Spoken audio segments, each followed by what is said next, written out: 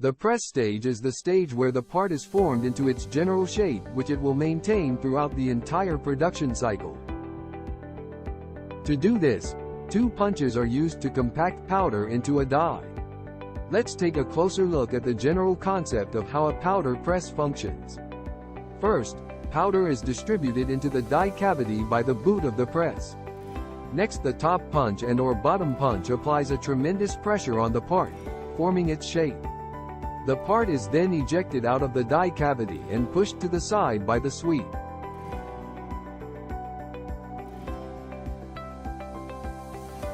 A part which has just completed the press stage is known as a green part. As such, you may hear terms like green density. This just refers to the density of the part after press.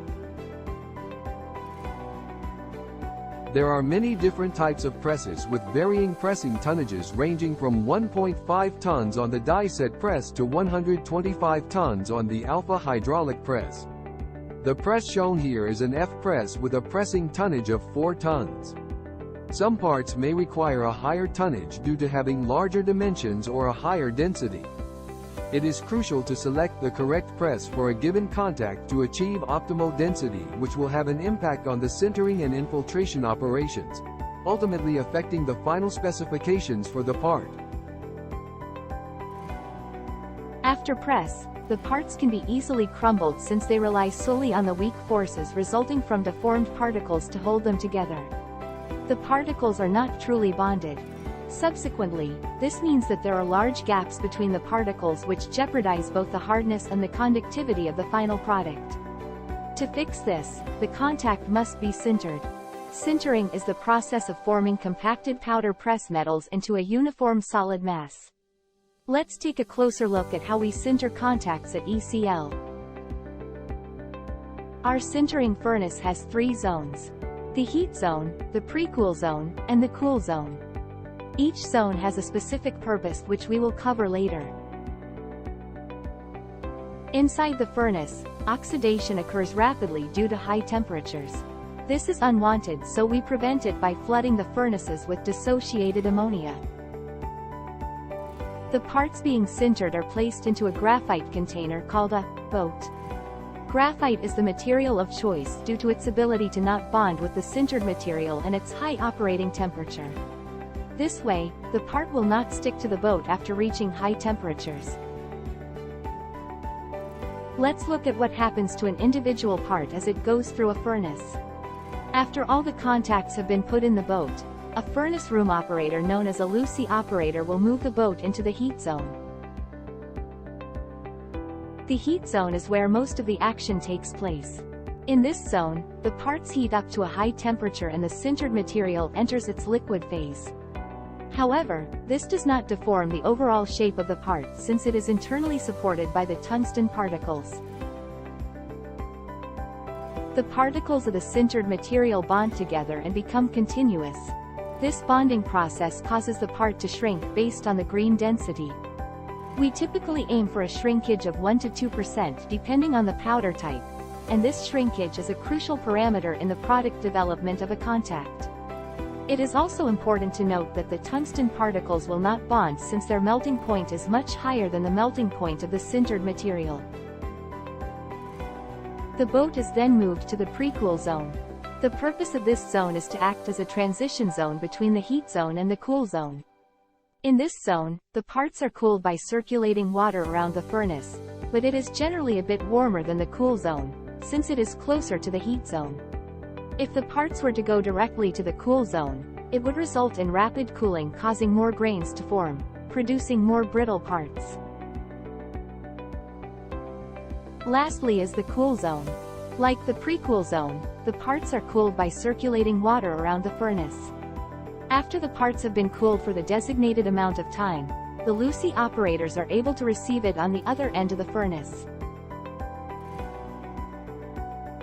Now let's look at some factors which will affect sintering. First is the mass of parts put into the furnace. If more contacts are being sintered, it will take more heat energy to do so, and vice versa. This is why it is important to ensure that all boats have the same weight within a certain tolerance. The way parts are arranged in the boat also play a role in sintering contacts. If the parts are all clumped together in the center, they will not sinter evenly. For example, the parts in the center of the clump may be larger than the parts on the outside of the clump after sintering due to uneven heat distribution. Sintering time, which is the time spent in each zone of the furnace, will also affect the result. Generally, it takes about 10 to 20 minutes for the parts to heat up to the desired temperature. We always use a minimum of 30 minutes to ensure this. Sintering temperature is also important. Different powders with different compositions will have varying sinter temperatures.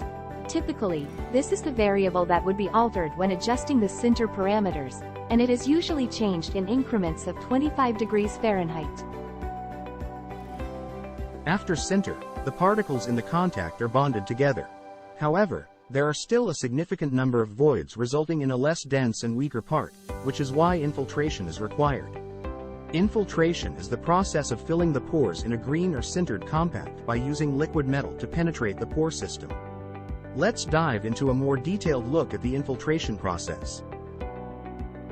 Like the sintering stage, the part will be sent into a furnace, but this time with a piece of precious metal sitting on top of the part known as a slug or shim. When the heat gets high enough, the slug will transition into its liquid state and fill the pores. However, special fixtures are required to position the slugs properly, swiftly, and securely. These fixtures are known as graphite infiltrate boards, and they are essentially flat pieces of graphite with numerous contact-shaped slots. The depth of each slot is just deep enough so that it can hold both the contact and the slug on top. As explained previously, graphite is the material of choice due to its ability to not bond with the sintered material at a higher temperature.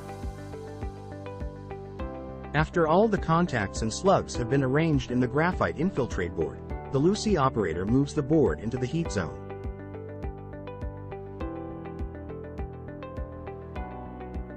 In the heat zone, the slug will melt and will try to penetrate the surface of the contact. You may have noticed that there are many spikes on the surface of the part. These spikes are known as serrations. They help break the surface tension of the slug and provide a larger surface for the slug to infiltrate through, aiding the penetration of the slug into the contact. This stage usually requires large amounts of fine-tuning to obtain the correct material composition and fill condition. The part then undergoes the pre-cool and cooling stages like the sinter process.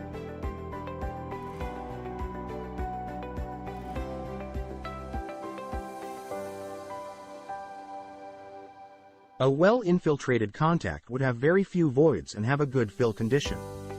Fill condition is how much silver there is above the body of the part in reference to the serration height. For example, if the fill condition of a part is half fill, that means that the silver or copper goes halfway up the serrations. In total, there are 5 different types of fill conditions including no fills, quarter fills, half fills, 3/4 fills, and full fills. Grays or no fills mean that there is no material above the body of the contact. This typically indicates that there was not enough silver or copper added to the part in the first place, meaning that there are still voids which were not filled. This fill condition is not desirable. Typically, the customer will specify a fill condition from quarter to full fill which would satisfy their specific needs. It is important to note that an uneven fill layer introduces variation that complicates the customer's brazing process. Just like sintering, time and temperature are variables which could affect the result. However, additionally, the weight of slug infiltrated into the parts would also play a role. For example, adding more silver may cause the part to have a greater fill.